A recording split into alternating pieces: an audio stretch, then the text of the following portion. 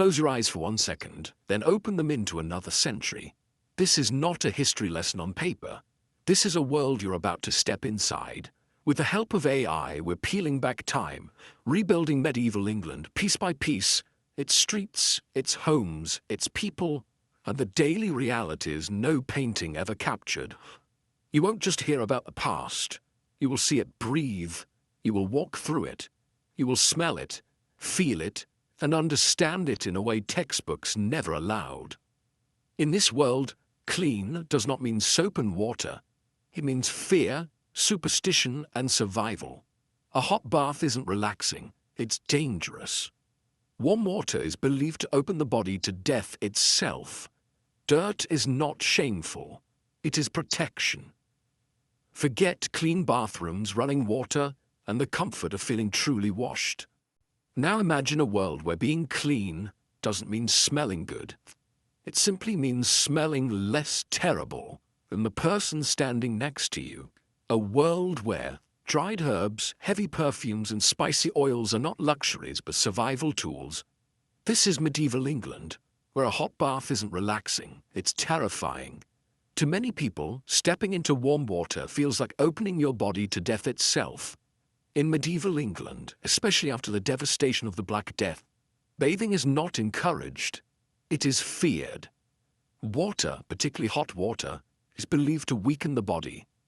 Doctors and scholars warn that heat opens the skin, and once the pores open, deadly air can slip inside.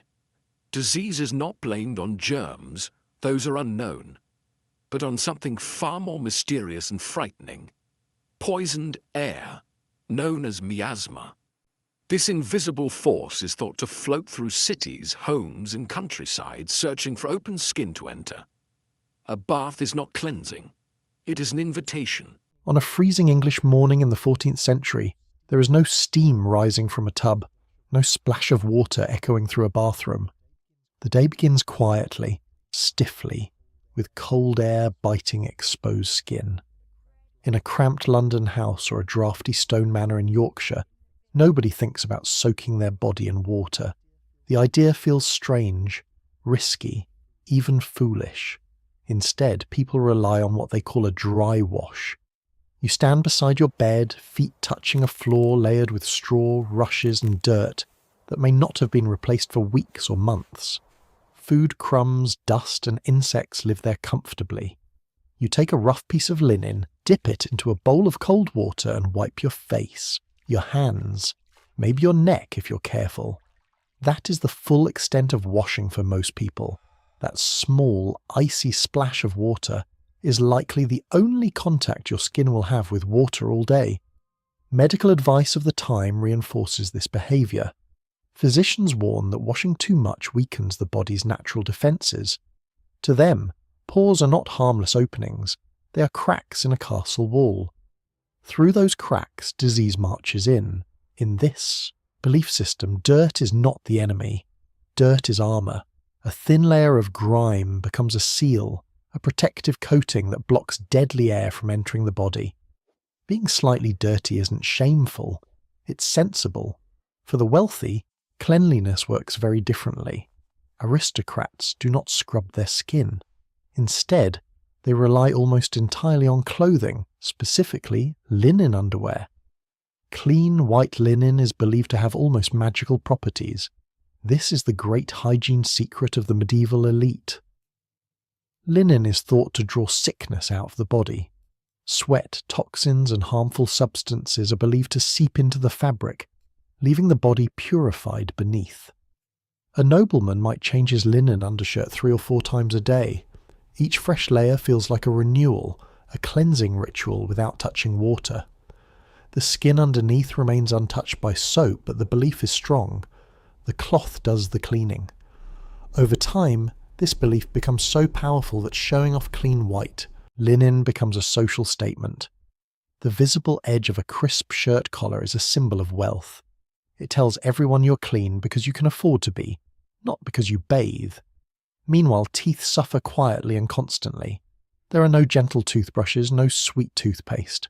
Dental care is harsh, painful, and often desperate. People scrub their teeth with rough cloths dipped in mixtures of crushed bone, ash, salt, or bitter herbs. The goal isn't comfort, it's damage control.